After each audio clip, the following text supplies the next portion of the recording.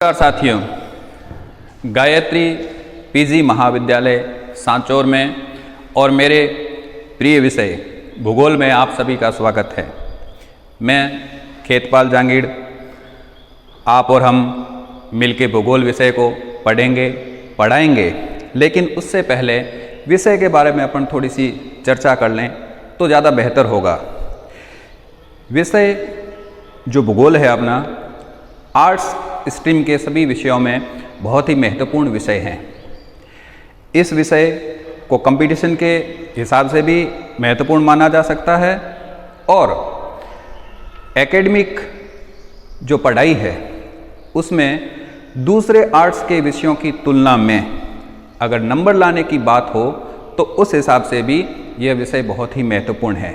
इसमें बहुत ही ज़्यादा नंबर आते हैं, बशर्ते कि इसको बहुत ही सिस्टमेटिक तरीके से लिखा जाए, पढ़ा जाए। विषयों में ज्योग्राफी उसी तरह से है जैसे साइंस में मैथमेटिक्स है। अगर क्रमशः आंसर लिखा जाए, जैसे गणित में क्रमशः क्वेश्चन को सॉल्व करते हैं और फिर आंसर आता है और प्रत्येक स्टेप के नंबर होते हैं, उसी तरह से भूगोल में भी उसी हिसाब से अगर उसको क्रमशः लिखा जाए तो बहुत ही अच्छे नंबर आते हैं। नंबर कटने की कहीं गुंजाइश नहीं होती है। साथ में इसमें डायग्राम्स होते हैं, नक्शे होते हैं, वो हमें बनाने हैं, किस तरह से आंसर देना है, किस तरह से हमें ज़्यादा नंबर भी आए और साथ में किस अप्रोच से हम ज्योग्राफी पढ़ें ताकि हमारे कंपटीशन में जो पढ़ने का उद्देश्य है ज्योग्राफी वो भी पूर्ण हो जाए। 10वीं से लेकर एमए तक की जो ज्योग्राफी है वो कंपटीशन के हिसाब से बहुत ही महत्वपूर्ण है।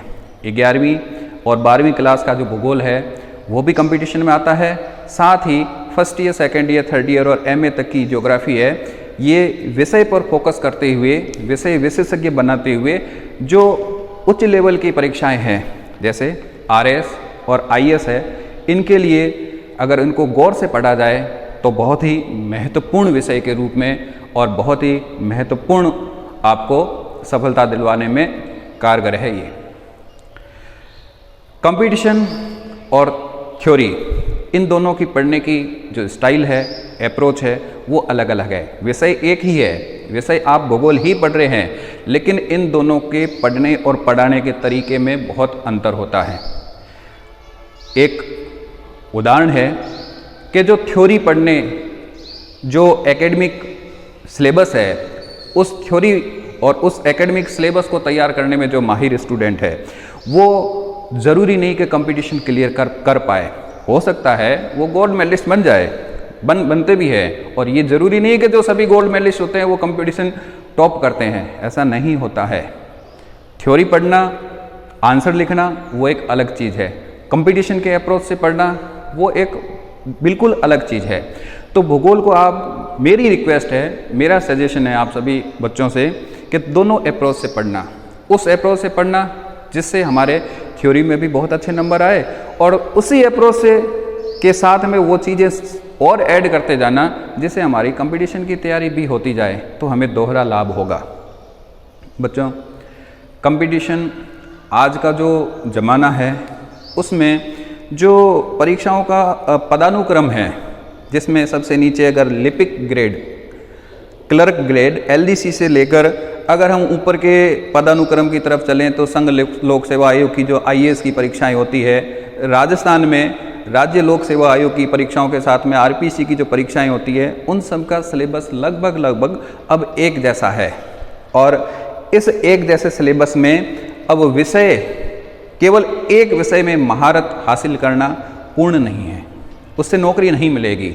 कंपटीशन के लिए हमें बहुत सारे विषयों के साथ में एक समग्र अध्ययन बहुत ही आवश्यक है करना, और उस समग्र अध्ययन के लिए हमें जितने भी आप विषय पढ़ते हो, आपके कॉलेज एजुकेशन वाले, स्कूलिंग के, उन सब में एक पारंगत लेवल, एक लेवल तक आपको वो पारंगतता हासिल करनी है। साथ ही आपको दूसरी जनरल जो बातें हैं जिनमें हिंदी है, इंग्लिश है, रीजनिंग है, मैथमेटिक्स है, साइंस है, करंट अफेयर्स है, करंट इश्यू है, समाचार पत्रों के आप टच में रहो, समाचार पत्रों का संपादकीय कॉलम है उसको आप पढ़ते रहें। साथ ही जितनी भी दूसरी विषय से संबंधित सामग्रियां हैं, करंट इश्यूज़ जो वर्ल्ड में चल रहे हैं, जिन पर वार्ताएं होती है, उनको आप समझें।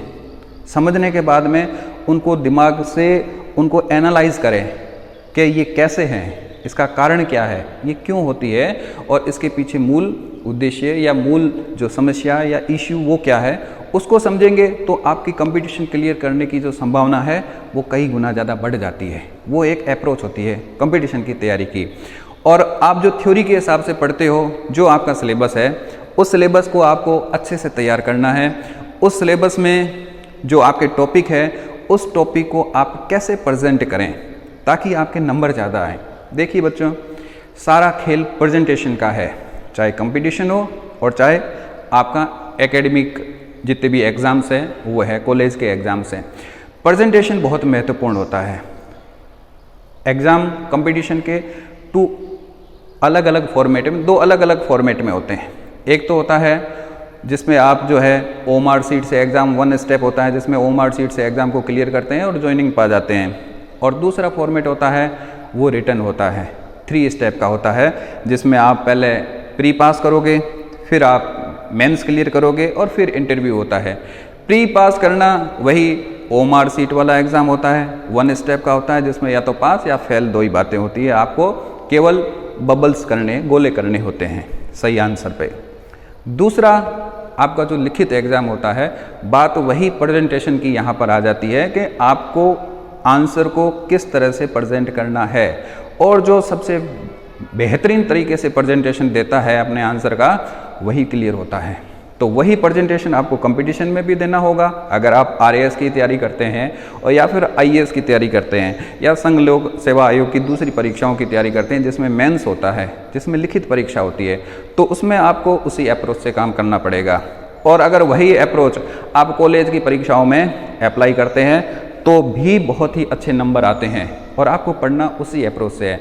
मेरी बात जो कहने का तात्पर्य यही है कि अपन पढ़ेंगे, लेकिन उससे पहले आपको ये जानना बहुत ही ज़रूरी है कि अपन जो आंसर लिखेंगे, जो सिलेबस पढ़ेंगे, जो टॉपिक पढ़ेंगे, टॉपिक के बाद में जो आंसर लिखना होगा, उस आंसर को किस तरह से लिखें ताकि बहुत ही अच्छे नंबर आएँ।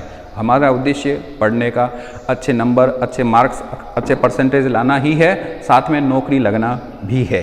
तो केवल अच्छे नंबर लाने से नौकरी लग जाएगी, ये संभव नहीं है।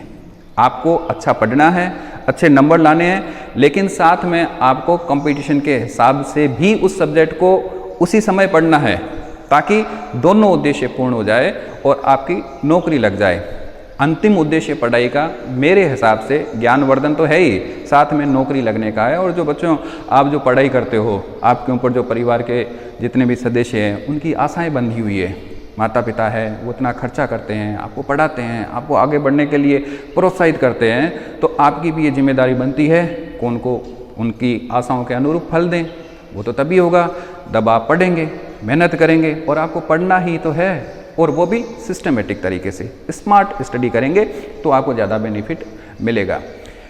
एक छोटी सी बात और भी है मित्रों कि मेरे हिसाब से हर किसी के, विद्यार्थी के लाइफ में 3 बड़े स्टेप आते हैं। एक स्टेप आता है 10वीं कक्षा के बाद में। जब 10वीं का रिजल्ट आता है, रिजल्ट आने के बाद में अगर किसी बच्चे का गोल, लक्ष्य फिक्स होता है तो वो बिना पूछे उसमें अपनी तैयारी में लग जाता है, वो तो सबसे पहले सफलता पाता है, ये तय है। लेकिन रिजल्ट आने के बाद में भी वो दिग्भ्रमित रहता है और किसी और के कहने पर उसकी इच्छा है या नहीं है ये जाने बगैर किसी स्ट्रीम में किसी सब्जेक्ट को ले लेता है और फिर उसमें पढ़ता है, तो वो 11वीं और 12वीं के 2 साल उसके व्यर्थ जाते हैं, क्योंकि उसकी जितनी परफॉर्मेंस आनी चाहिए वो नहीं आ पाती। और फिर वही कंडीशन जो 10वीं के रिजल्ट के बाद आई थी, वही कंडीशन 12वीं के रिजल्ट के बाद आएगी। वो दूसरा पड़ाव होगा, दूसरा चौराहा होगा। चौराहा इसलिए क्योंकि जब हम जाते हैं चौराहे पे तो लाल बत्ती लगी होती है, 4 अलग अलग रास्ते जाते हैं, वहाँ जाके हम रुकते हैं, कुछ देर सोचते हैं कि हमें किस तरफ निकलता है। हमारा पहले से जो तय मार्ग होता है, फिर हम हरी बत्ती होने पर उस तय मार्ग पर आगे की तरफ बढ़ जाते हैं। उसी तरह से 12वीं कक्षा पास करने के बाद में, रिजल्ट आने के बाद में फिर वही चौराहा आता है। अगर हमारा लक्ष्य तय है तो हमें कुछ सोचने की ज़रूरत नहीं है। हमें पता है कि हमें 12वीं के बाद में क्या करना है, उसकी तैयारी आपने पहले से कर रखी है, पहले से आप उसी अप्रोच से पढ़ रहे हैं कि आपको क्या बनना है। लेकिन अब कुछ तय नहीं है तो वहाँ पर वही समस्या आ जाती है जो 10वीं के रिजल्ट के बाद में आई थी। उस समय बड़ी दुविधा होती है। उस समय भी अगर किसी के कहने पर हम कोई सब्जेक्ट ले लेते हैं, चाहे हमारे इच्छा का है कि नहीं है, कि हम हमारी अप्रोच में है कि नहीं है, फिर अगर आप बीए या बीएससी बीकॉम जो भी आप करते हैं वो 3 साल उस सब्जेक्ट के साथ आप रहते हैं। अगर उन तीनों सालों में भी आपने न तो परसेंटेज बनाने के उद्देश्य से उसको पढ़ा, न आपने कंपटीशन क्लियर करने के उद्देश्य से उसको पढ़ा, तो वही चौराहा जो 10वीं में आया था, जो 12वीं में आया था, वो बीए करने के बाद में वापस आपके सामने आएगा कि अब क्या करें। लेकिन जब आप बीए करने के बाद में उस चौराहे पे खड़े होंगे तब तक बच्चों बहुत देर हो जाएगी, बहुत देर हो जाएगी। आपके साथ बहुत सारे बच्चे जो भारत में तैयारी कर रहे हैं, जिनका गोल फिक्स है, वो बहुत आगे निकल जाएंगे और फिर आप एक भीड़ में शामिल होंगे और उस भीड़ से निकलना और नौकरी पाना बहुत ही कठिन है। आज का समय बहुत फास्ट है, आपको भी स्मार्ट होना पड़ेगा। आपको पहले से सोचना पड़ेगा कि आपको करना क्या है, उसी हिसाब से आप पढ़िए, उसी हिसाब से आप आगे बढ़िए, अपनी तैयारी करिए।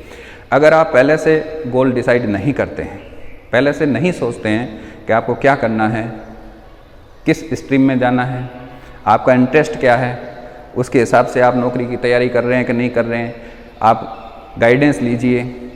आजकल तो बहुत सुविधाएं हैं, बहुत सारे इंटरव्यूज़ है वो ऑनलाइन होते हैं, बहुत सारी और दूसरे जो प्रोफेसर्स हैं, कोई से हो जिनसे आप गाइडेंस ले सकते हो, वो अवेलेबल है। उनसे मार्गदर्शन लीजिए, अपनी तैयारी कीजिए, पढ़िए क्या पढ़ना है। आप महाविद्यालय के जो गुरुजन हैं उनसे भी राय ले सकते हैं। महाविद्यालय में प्रत्येक गुरुजन बहुत ही मल्टी डायमेंशनल है, उनको सब पता है, उन्होंने खूब तैयारी की है, कराई है, बहुत एग्ज़ाम क्लियर किए हैं, करते रहते हैं, निकलते रहते हैं और आते रहते हैं, तैयारी करते रहते हैं। तो इस उत्कृष्ट महाविद्यालय के जो शिक्षकगण हैं उनसे आप मार्गदर्शन लीजिए, लेते रहिए, वो आपको बताते रहेंगे, क्योंकि वो खुद भी आपके दौर से गुजर चुके हैं। और आपको एक ट्रैक मिल जाएगा तो बिखराव कम होगा, बहुत जल्दी आपको सफलता मिलेगी और आपका उद्देश्य जो नौकरी पाना है वो आप पा जाओगे। वो है कंपटीशन की बात मित्रों, वो आपको करनी ही है।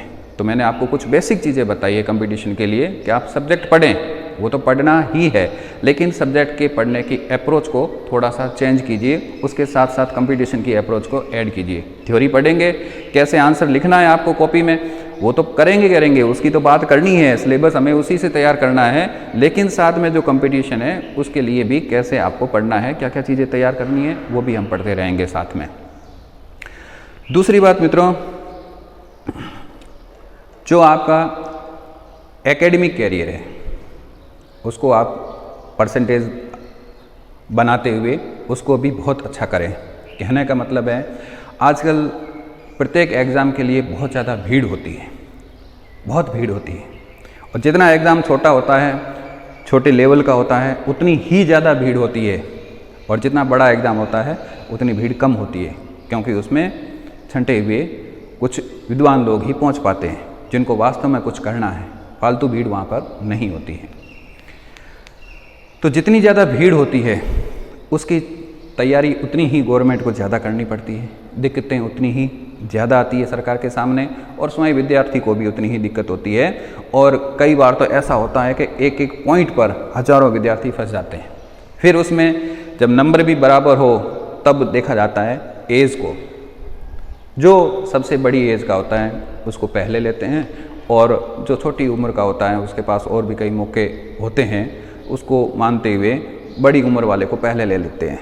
तो आजकल छोटे एग्ज़ाम चाहे बड़े एग्ज़ाम जो भी ऐसा हो, डायरेक्ट ओएमआर सीट वाला हो, 1 स्टेप का एग्ज़ाम हो, तो इसमें जो भर्तियाँ आपको पता है शीघ्र पूरी नहीं होती है, तो बड़ी एज वाले एज लिमिट भी बढ़ा दी है, 45 ईयर्स कर दी आपको पता हो, तो पार पाना बहुत ही मुश्किल है। इसलिए प्रॉपर तैयारी बहुत ही आवश्यक है। तो प्रॉपर तो तैयारी आपको करनी ही है, पढ़ना ही है, कंपटीशन के लिए भी पढ़ना है, एकेडमिक लेवल भी आपको बनाए रखना है। इसलिए बनाए रखना है क्योंकि उस भीड़ को कम करने के लिए अब नई शिक्षा नीति के साथ में गवर्नमेंट ने ये पिछली ही कॉलेज लेक्चर भर्ती से ये चीज़ लागू कर दी है कि जैसे गुड एकेडमिक रिकॉर्ड कहते हैं, उसमें 10th 12th BA जो भी आप एग्ज़ाम देते हैं जिस लेवल का, उसमें आपके 55% से ज़्यादा बने हुए हो प्रत्येक एग्ज़ाम में, नहीं तो बड़ी समस्याएं आती हैं। कॉलेज लेक्चर की भर्ती अटकी पड़ी है, लड़के बच्चे कोर्ट में बैठे हैं क्योंकि उन्होंने एग्ज़ाम तो क्लियर किया, इंटरव्यू क्लियर किया, उनका नंबर भी है, लेकिन उनके 10th और 12th में नंबर, BA में नंबर जो गुड एकेडमिक के नॉर्म्स है उसके हिसाब से नहीं है। बड़ी समस्या है, जब नहीं है तो उनको ज्वाइनिंग नहीं मिलेगी। तो इस तरह से अब जो आप पढ़ाई करें तो उसको इस तरह से करें कि आपके 60% तो कम से कम बने ही हर क्लास में। आप चाहे कंपटीशन की तैयारी साथ में कर रहे हैं, करते रहें, कोई दिक्कत नहीं, करनी ही है। एकेडमिक जो आप पढ़ रहे हैं, चाहे BA पढ़ रहे हैं, BSc कर रहे हैं, जो भी कर रहे हैं, अगर मान लो अपन ज्योग्राफी की बात करते हैं, आप BA फर्स्ट ईयर में हैं, तो BA फर्स्ट ईयर के साथ में आप कंपटीशन की तैयारी कर रहे हैं तो अच्छी बात है, वो भी करनी है। लेकिन BA फर्स्ट ईयर में जितने भी आपके सब्जेक्ट है, उस प्रत्येक सब्जेक्ट के प्रत्येक पेपर में भी ये ध्यान रखना है कि आपके 55-60% से कम नंबर नहीं आए, क्योंकि यही नंबर जब जुड़ते जुड़ते BA के एग्रीगेट नंबर बनाएंगे। जैसे अगर आपने BA फर्स्ट ईयर में आपने 60 नंबर बना दिए, सेकेंड ईयर में हो सकता है कोई बात हो जाए, आप एग्ज़ाम में डिस्टर्ब हो जाएं, आपके 50% ही बने, तो फिर आपको फाइनल पे दबाव ज़्यादा पड़ जाएगा। फाइनल में जो है आपको नंबर बहुत ज़्यादा बनाने पड़ेंगे, तब जाके 3 साल का जो एग्रीगेट है नंबर है वो 55% होना ज़रूरी है। तो इस बात का आप ध्यान रखें। ये चीज़ें जो आपके परसेंटेज बनाने वाली है उसी की अपन डिस्कशन अब कर रहे हैं कि भाई परसेंटेज कैसे बनेंगे, आपको लिखने का तरीका है वो कैसे बदलना है, लिखने के तरीके पर ही आपके नंबर डिपेंड होते हैं। ये बात फैक्ट है। कंपटीशन का तो सीधा OMR शीट में या तो राइट है या रॉन्ग है, वो उसका जजमेंट करना बहुत इजी होता है। लेकिन आपको सब कुछ पता होते हुए भी, आपकी किताब रटे हुए होते भी जो आप आंसर लिखते हैं उस आंसर में एवरेज नंबर भी नहीं आते हैं, फिर आप किसको दोष दोगे? वो दोष केवल आपका ही होगा। कारण आपके लिखने का, आपके प्रेजेंटेशन का जो तरीका है वो प्रॉपर नहीं है, और जब तरीका प्रॉपर नहीं होगा तो नंबर भी प्रॉपर नहीं आते हैं। इस बात का आपको ध्यान रखना है। आपको भी ध्यान रखना है, आपके छोटे भाई बहन हैं उनको भी आप इस तरह से बताओगे ताकि आपकी जो कॉपी है वो इतनी अट्रैक्टिव हो कि जब एग्जामिनर उसको चेक करें तो आपकी कॉपी आपके लिखने के तरीके से वो प्रभावित होकर आपको नंबर दें। पिछले 15 साल से हमें कॉपी चेक करने का अनुभव है। हम सही करते हैं, लेकिन सभी सही करते हैं ये उम्मीद लगा पाना बड़ी मुश्किल बात है। सही करते हैं ये बात ठीक है, हमारी जिम्मेदारी होती है, प्रत्येक एग्जामिनर की जिम्मेदारी होती है, लेकिन कॉपी चेक करने का जो काम है ये बहुत ही नीरस, बहुत ही उबाऊ होता है, क्योंकि एक दो कॉपियाँ नहीं होती है।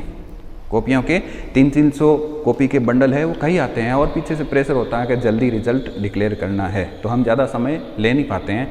ऐसे में जो आपका आंसर का जो एक स्ट्रक्चर होता है, बड़े क्वेश्चन होते हैं, बड़े छोटे क्वेश्चन में तो कोई नहीं, एक एक लाइन के होते हैं तो वो तो फैक्चुअल बातें होती है, लेकिन जो बड़े क्वेश्चन होते हैं जो आपको ज़्यादा नंबर दिलवाते हैं, जो 10 नंबर का, 12 नंबर का, 15 नंबर का क्वेश्चन होता है, उसमें आपका जो स्ट्रक्चर होता है आंसर का, उस आंसर के स्ट्रक्चर को सही प्रेजेंट करना बहुत ही ज़रूरी होता है। अगर उसमें अपन एक पेज है लिखने बैठे हैं उस आंसर को, तो इस एक पूरे पेज को ठूस ठूस के हमने भर दिया तो वो बिल्कुल ही नीरस होता है। न तो उसमें हमने किसी इम्पोर्टेंट पॉइंट को अंडरलाइन किया, न इम्पोर्टेंट लाइन को अंडरलाइन किया, न पॉइंटों को अलग से प्रेजेंट किया, न हमने बीच में कोई डायग्राम बनाए, न हमने ऊपर की प्रस्तावना के रूप में कोई कोटेशन लिखी, और न ही हमने कोई निष्कर्ष के रूप में उसको आंसर का समापन किया। अगर ऐसा नहीं किया है तो अगर आपने किताब की, आपने जो आपने नोट्स बना रखे हैं उसकी बिल्कुल अगर फोटोकॉपी भी आपने उस कॉपी में प्रेजेंट की है तो भी आपको एवरेज नंबर आने की संभावना है। कारण कि जो चीज़ पढ़ने में नहीं आएगी वो एग्जामिनर पढ़ेगा भी नहीं। ऐसा नहीं कि एग्जामिनर पढ़ता नहीं है, वो अलग बात है, लेकिन आपकी कॉपी का जो प्रथम पेज है वो पेज आपकी पूरी कॉपी की कहानी बता देता है। ये बात भी सत्य है। इसलिए आप प्रेजेंटेशन है उसको सुधारें, अगर आपको छोटे छोटे क्वेश्चन जो पहले होते हैं ए सेक्शन में वो पूरे आ रहे हैं तो उसको ए सेक्शन को आप पहले करें, और अगर ए सेक्शन में आपको क्वेश्चन छोटे जो हैं वो नहीं आ रहे हैं तो उस ए सेक्शन को सबसे पहले करने से बचें, उसको बाद में कर दें, और जो बड़े आंसर्स हैं उसको आप पहले करें। बड़े आंसर्स को करने का तरीका ये है, जो क्वेश्चन पूछा गया है सबसे पहले उसकी भूमिका में 2-3 लाइनें लिखें, डेफिनेशन हो तो डेफिनेशन लिखें, उस आंसर का स्ट्रक्चर बनाएं, मूल बातें क्या है, अगर विशेषता वगैरह पूछी है उनमें पॉइंट्स है तो सबसे पहले जो पॉइंट है उन पॉइंटों को डायग्रामेटिक फॉर्म में बनाएं। जैसे अगर बहुत सारे पॉइंट्स है तो उन पॉइंट किस चीज़ के हैं, उस पॉइंट्स को जो है इस तरह से यूँ बॉक्स बना के आप जो भी डिज़ाइन करना चाहे उस डिज़ाइन में जो है उन पॉइंटों को प्रेजेंट करें। केवल वही पॉइंट है, उनको जो है अलग अलग डिज़ाइन में जो है आप अपनी तरफ से बहुत सारी डिज़ाइनें दे सकते हो। तो एक पेज पर वो जो पॉइंट्स है उन पॉइंटों को बहुत ही अट्रैक्टिव तरीके से प्रेजेंट कर दें, कोई समय नहीं लगना इसमें। ये जो पॉइंट है ये पॉइंट किस चीज़ के हैं वो पॉइंट आप इस तरह से प्रेजेंट कर दोगे तो एग्जामिनर के लिए बहुत ही आसानी रहेगी कि उसको सारे पॉइंट एक जगह दिख जाएंगे। ये बहुत ही विशेष बात होती है। फिर आपको इन्हीं पॉइंटों का तो नीचे वर्णन करना है, इस पॉइंट को लिखा, फिर जो बात है इसमें वो नीचे लिखो, फिर दूसरा पॉइंट लिखो। इस तरह से आपके कॉपी के पेज भी बहुत आसानी से भर जाएंगे। जो बच्चे कॉपी का जो पेज होता है एग्ज़ाम में दी जाती है उसका आधा इस तरह से छोड़ देते हैं एक तरफ से, आधा दूसरी तरफ से छोड़ देते हैं, बीच में कम लिख के उसको भरने की कोशिश करते हैं या अनावश्यक बातें लिख कर उस पेज को भरने की कोशिश करते हैं, तो बच्चों एग्ज़ामिनर मूर्ख नहीं होता है, उसको पता होता है कि आप उसको बेवकूफ़ बना रहे हो, और वो बेवकूफ़ नहीं बनता है, उल्टा कम नंबर देने पर आप ही बेवकूफ़ बन जाते हैं। तो ऐसी गलती हमें नहीं करनी है। हमें ध्यान रखना है कि जो आंसर है उसको बहुत ही बेहतरीन तरीके से प्रेजेंट करना है। सबसे पहले अपन उसका डेफिनेशन लिखेंगे, उसके बाद में मूल जो स्ट्रक्चर है, क्या क्या चीज़ें पूछी गई है, आंसर क्वेश्चन को समझेंगे, उसके हिसाब से उनका प्रेजेंटेशन करेंगे। अगर बीच में पॉइंट्स आते हैं तो पॉइंटों को प्रेजेंट करेंगे। इसके बाद में ज्योग्राफी है तो मान के चलिए बच्चों उसमें कोई न कोई नक्शा होगा या कोई न कोई डायग्राम होगा। आप मैप और डायग्राम बनाए ही बनाए, ऐसा नहीं होगा आप नहीं बनाए। अगर आप ज्योग्राफी को हिस्ट्री या पॉलिटिकल की स्टाइल से लिखेंगे तो बच्चों कभी नंबर नहीं आएंगे। हिस्ट्री और पॉलिटिकल, ये हिंदी, ये अपने एक अलग सब्जेक्ट है, इनके लिखने की अप्रोच अलग है। और ज्योग्राफी में प्रत्येक क्वेश्चन में, प्रत्येक लेसन में बहुत सारे डायग्राम्स हैं, बहुत सारे मैप्स है और बहुत सारे ऐसे पॉइंट होंगे जिनको आप इस तरह से प्रेजेंट करोगे। देखो मैंने पहले अभी बात की बच्चों, जैसे गणित में नंबर आते हैं, अगर आप स्टेप बाय स्टेप क्वेश्चन को सॉल्व करते हैं तो बहुत ही बेहतरीन नंबर आते हैं, नंबर कटने की कहीं गुंजाइश नहीं होती है। और अगर आप ज्योग्राफी में भी इसी तरह से करते हैं तो भी नंबर कटने की कहीं गुंजाइश नहीं होती है। और बच्चों जब हम कॉपी चेक करते हैं तो 75 में से 73, 74, 72 नंबर हम अक्सर देते हैं, क्योंकि कई बच्चे बहुत ही बेहतरीन लिखते हैं। नंबर काटने के लिए हमें सोचना पड़ता है कि इस बच्चे के कहाँ से नंबर काटे जाएं।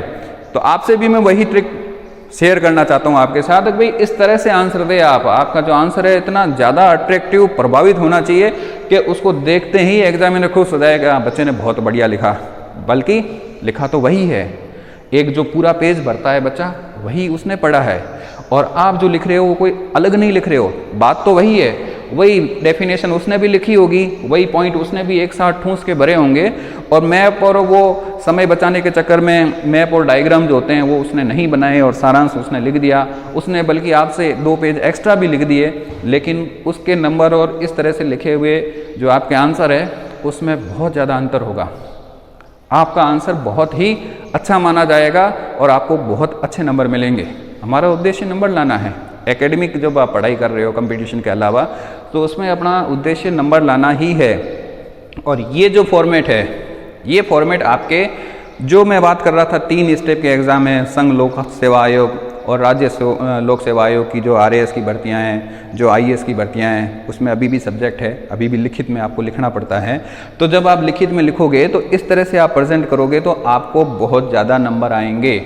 ये फैक्ट बात है, क्योंकि हम उस दौर से गुजर चुके हैं। हमने भी बहुत सारे मेंस लिखे हैं, बहुत सारे इंटरव्यूज़ दिए हैं, RAS के इंटरव्यूज़ दिए हैं, सेलेक्ट भी हुए हैं।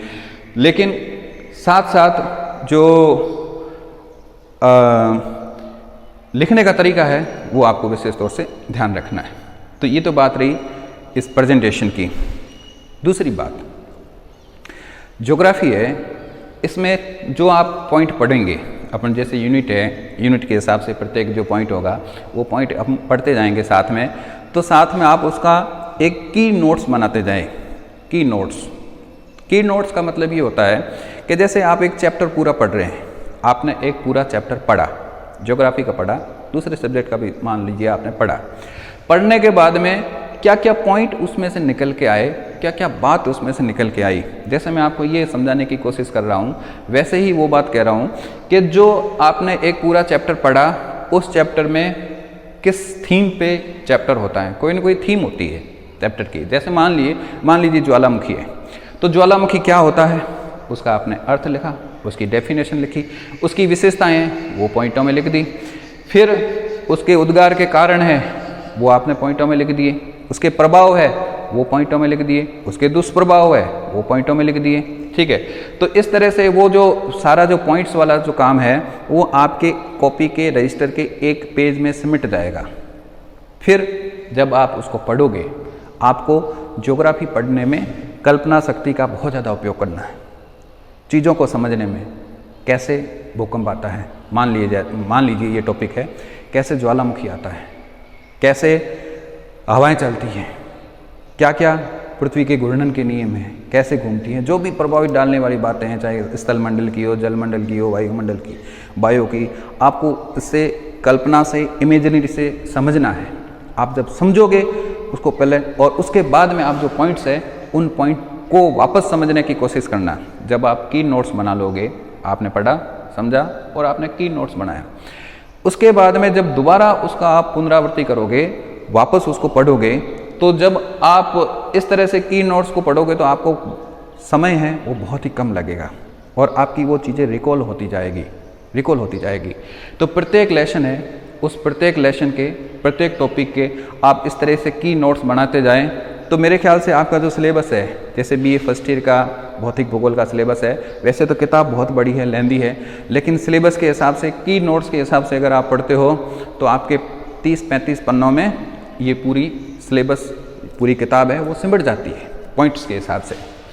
अब वो जो 30-35 पन्ने हैं, ये एक रजिस्टर है छोटा सा, उसको आप सुबह से लेकर बैठो तो घंटे 2 घंटे में रिवाइज कर सकते हो, और आपके पास तो पूरा साल है, तो उसको पता नहीं आप कितनी बार रिवाइज करोगे, तो सारे पॉइंट्स है वो आपके टिप्स पर आ जाएंगे, आपको याद हो जाएंगे। जो याद नहीं होते हैं उनको सूत्र बना के याद करो, लेकिन आपको पॉइंट्स याद करने हैं। जब पॉइंट्स याद होंगे, पॉइंट से पहले उस पॉइंट्स में आपको क्या लिखना है, कैसे लिखना है, ये तो आपको समझना ही है। मैं आपको वही बात कह रहा था, मैंने भौतिक भूगोल पढ़ते हो या दूसरे जो भी ज्योग्राफी के अपन सब्जेक्ट्स पढ़ते हैं, उन सब में आपको इमेजिनरी का ज़्यादा यूज़ लेना है। उसमें लिखना क्या है ये पहले सोचना, क्या लिखना है, लेकिन लिख तभी पाओगे तब आपके पॉइंट्स याद होंगे। अगर आपको पॉइंट याद नहीं है और एग्ज़ाम में आप लिखने बैठ गए तो आप लिख नहीं पाओगे, आपकी गाड़ी फंस जाएगी, आपके पास मैटर नहीं है, दिमाग में बहुत सारी चीज़ें एक साथ आने की कोशिश करेंगी जिससे आपका आंसर बिगड़ जाएगा। जो चीज़ पहले लिखने की होती है वो आप पहले लिख नहीं पाओगे, और होता यही है, परफेक्ट आंसर वही होता है जो सिस्टमेटिक होता है।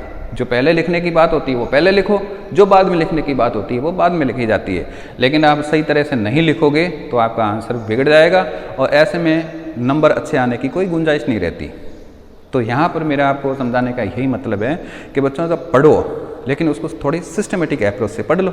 इस तरह से आप प्रत्येक सब्जेक्ट में कर सकते हो ये काम। तो की नोट्स है, वो की नोट्स आप प्रत्येक सब्जेक्ट में, पॉलिटिकल में बना सकते हो, हिस्ट्री में बना सकते हो, ज्योग्राफी में तो आपको बनाने ही है, साथ में दूसरे सब्जेक्ट आप पढ़ते हो उनमें भी बना सकते हो।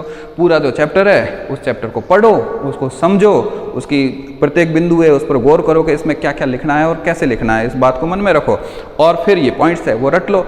फिर आपको अगर लिखने के लिए कहेंगे तो पॉइंट के अनुसार फटाफट आप लिख लोगे। देखो बच्चों, ये भी एक बहुत ही महत्वपूर्ण बात है कि जब आपने जो आपका क्वेश्चन है उसका इंट्रोडक्शन आपने सही लिखा, आपने ये चार्ट सही बनाया, यानी पॉइंट्स आपने सही तरह से प्रेजेंट कर दिए, आपने कोई डायग्राम और मैप्स भी बनाया है, तो इसके अंदर की जो बातें हैं कई बार उसको एग्जामिनर नहीं पढ़ता है, ये फैक्ट बात है, क्योंकि उसको जो एक आंसर में चीज़ें चाहिए वो उसको उसके प्रत्येक सामने दिखाई दे रही है, उसे सारे पॉइंट्स भी दिखाई दे रहे हैं, उसे ग्राफ भी दिखाई दे रहा है, उसे मैप्स भी दिखाई दे रहा है, उसका आपका स्टार्टिंग जो आपकी डेफिनेशन वगैरह है या प्रस्तावना भूमिका जो भी आपने बनाई है 2-3 लाइन में वो पढ़ लेगा, तो उसके बाद में उसको पता है कि आपने परफेक्ट आंसर लिखा है। तो वो पॉइंट्स में जो लिखी हुई बातें होती है उस पर इतना गौर करता भी नहीं है, ये भी फैक्ट बात है। तो इसमें आपके इस तरह से लिखने में आपके नंबर है बहुत ही एडवांस आते हैं, और जो बच्चे इस चीज़ को फॉलो करते हैं वास्तव में उनके नंबर बहुत ही बढ़िया आते हैं। एक चीज़, अक्सर बच्चे मैप बनाने से कतराते हैं, और भूगोल में मैप्स है उसका बहुत ही महत्वपूर्ण योगदान है। वो टूल्स है ज्योग्राफी के। अगर आप जो आपका आंसर है उसमें ऐसा कोई क्वेश्चन है जिसमें जो मैप्स बन सकता है, और उसमें अगर आप मैप नहीं बनाते हैं तो चाहे आप थ्योरी कितनी भी लिखो वो प्रभावी नहीं होती है। एग्जामिनर को पता है कि इसमें मैप्स बनेगा, और अगर मान लीजिए कि जैसे भारत में लोहा इस्पात उद्योग की कोई बात आती है, अब आप लोहा इस्पात उद्योग पर थ्योरी पे चाहे कितना भी लिख रहे हो, लेकिन एक इंडिया का नक्शा बनाकर और उसमें आपने लोहा इस्पात उद्योग के जो पॉइंट्स है उसको डिनोट कर दिया, उसको दिखा दिया, तो एग्जामिनर को एक साथ सारे पॉइंट भी दिखाई दिए, तो उसको पता है कि जब आपने नक्शा बना कर उन पॉइंटों को बताया तो आपने ठीक ही लिखा होगा। तो वो लिखने वाली चीज़ सारी एक तरफ रह जाती है, और आपका नक्शा और उसमें भरी हुई जो बातें होती है, विशेषताएँ होती है, वो एक तरफ। तो नंबरों में 1.5 गुना ज़्यादा फर्क पड़ता है, ये फैक्ट बात है। तो हमेशा मैप बनाइए, ज्योग्राफी में मैप बनाने ही है। जैसे अगर फर्स्ट ईयर की बात करते हैं, भारत का भूगोल और भौतिक भूगोल दोनों है। भारत का भूगोल जो है उसमें आपको भारत की मैप है वो लगभग हर क्वेश्चन में आपको बनाने को मिल जाएंगे। क्वेश्चन ही ऐसे हैं उसमें, जैसे प्रोडक्शन है, फसलों का प्रोडक्शन है, मिनरल्स का प्रोडक्शन है, बहुत सारी दूसरी चीज़ें हैं, जनसंख्या के बारे में बहुत सारे मैप्स बनते हैं।